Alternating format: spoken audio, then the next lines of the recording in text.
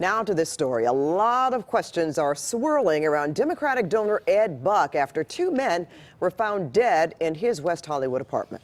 CBS 2 investigative reporter David Goldstein confronted him. Now joins us with the reaction. David. Yeah, a lot of questions tonight. Well, over the years, Ed Buck has been known as a campaign fundraiser for top Democrats, but his name now is more synonymous with the deaths of two men in his West Hollywood apartment. Now, Buck hasn't been charged with any crimes, and he hasn't been asked the tough questions until now. Why don't you answer any questions? You had two people who died in your house. Because you're being an Ed Buck was blunt, not answering any questions. The wealthy political donor who's hobnobbed with the likes of Hillary Clinton and Jerry Brown wasn't talking when we confronted him about what happened in his West Hollywood apartment that left two men dead. Can I ask you, can you answer the question, sir? Is it a coincidence that two men have died in your apartment? Why are you walking backwards, sir? You should be ashamed of yourself. Why should I be ashamed of myself, sir? I'm not touching you at all, sir. West Hollywood residents have been calling for Buck's arrest outside his apartment. What do we want? Justice! And letting their voices be heard at City Hall. But for the past year and a half, the elusive Buck hasn't been seen much, and his windows are covered up inside the second-story unit, never answering questions about Timothy Dean, who died in that very apartment last month. An autopsy is still pending on the cause of death. Or Jamel Moore, who died of what authorities determined was an accidental drug overdose in Buck's apartment in July of 2017.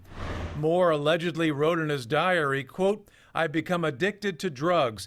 Ed Buck is the one to thank. He gave me my first injection of crystal meth." Mr. Buck, is it a coincidence that two men have died in your apartment? Can you tell me that? Mr. Moore said that you injected him with drugs. Did you inject him with drugs, sir?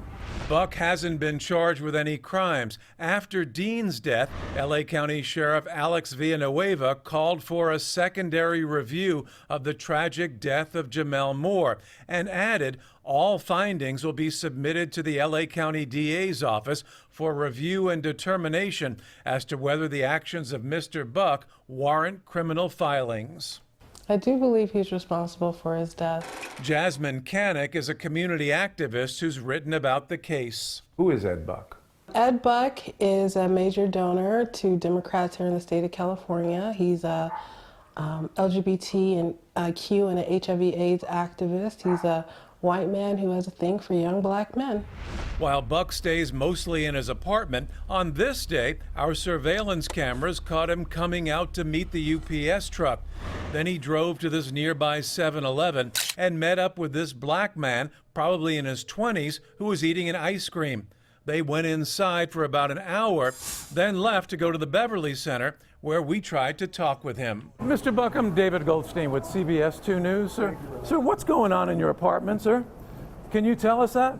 Do you think your political influence is keeping you a free man now, sir? Is this young man who's with you now, is he in any harm? Is he in any harm, this young man that's with you? The man he was with stood off to the side, not wanting to be on TV. You know who he is, right? That's all, okay, that's all I want to know.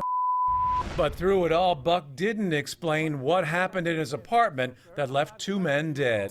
Why don't you answer any questions? You had two people who died in your house. because you're being an Sir, I'm asking questions.